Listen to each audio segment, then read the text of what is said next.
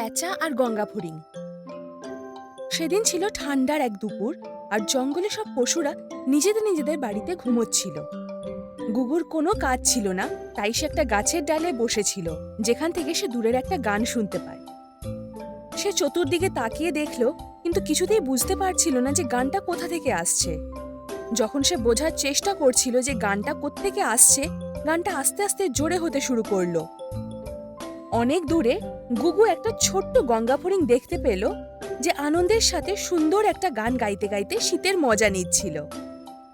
তার আশপাশে ঠান্ডা আর বরফ নিয়ে খুব একটা মাথা ব্যথা ছিল না, বরং সে খুব আনন্দে ছিল।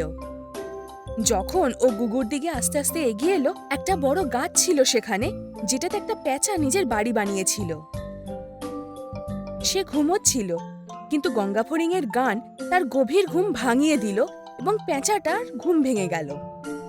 সে বেশ বিরক্ত হয়েছিল এই আওয়াজে।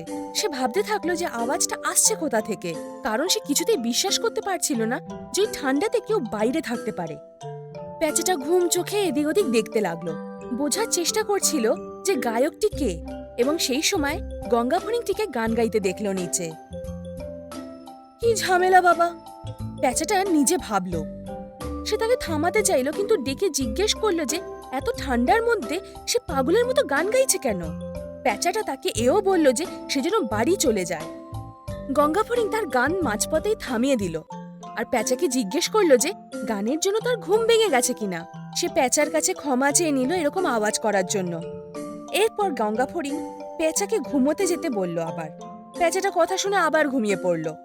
প্যাঁচা ঘুমিয়ে পড়ার পর দুষ্টু গঙ্গা ফড়িং আবার গাইতে শুরু করলো। ও দুষ্টুমি করছিল, আর স্থির করে নিয়েছিল যে ও প্যাঁচাকে বিরক্ত করবে। প্যাঁচা আবার ঘুম থেকে উঠে পড়ল, আর নিজের মনে ভাবলো যে যদি গঙ্গা ফড়িংকে থামানো না যায়, তাহলে তাকে অনেকক্ষণ ধরে জেগে থাকতে হবে। তাই সে তক্ষুনি একটা ফোন দিয়ে আটলো। সে গঙ্গা ফড়িংকে বলল যে সে খুব ভালো গান গায়, আর জিজ্ঞেস করলো যে সে একটু কাছে এসে গাইতে পারবে কিনা। গঙ্গা ফড়িং কিছু না বুঝে এগিয়ে গেল প্যাঁচার দিকে, আর প্যাঁচা তাকে খেয়ে ফেললো। গুগু এ সব দেখছিল, এবং সে বুঝতে পারলো যে রাগ একটা চিহ্ন যা পরিবর্তনের ইঙ্গিত করে।